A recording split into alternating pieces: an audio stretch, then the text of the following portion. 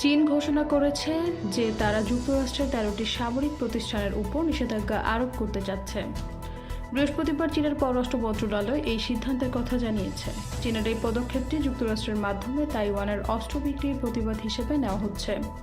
চীনের পররাষ্ট্রমন্ত্রী Wang Yi বলেছেন, মার্কিন যুক্তরাষ্ট্র চীনের ভূখণ্ড ব্যবহার করে তাইওয়ানের প্রেসিডেন্টের কাছে অস্ত্র বিক্রি করছে, যা চীনের সার্বভৌমত্ব এবং আঞ্চলিক অখণ্ডতার জন্য বিপজ্জনক।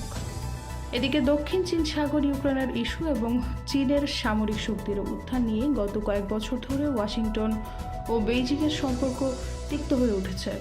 এর আগে যুক্তরাষ্ট্রের প্রেসিডেন্ট জো বাইডেনের শাসনামলে 2022 সালে প্রথমবারের মতো চীনকে এআই চিপ বিক্রিতে নিষেধাজ্ঞা দেওয়া হয়, যা 2023 সালের অক্টোবরে আরও কঠোর হয়।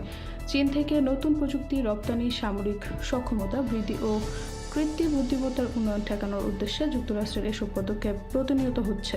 এভাবে মার্কিন যুক্তরাষ্ট্র ও চীনের মধ্যে বাণিজ্য, প্রযুক্তি এবং সামরিক ক্ষেত্রে উত্তেজনা আরও তীব্র হচ্ছে।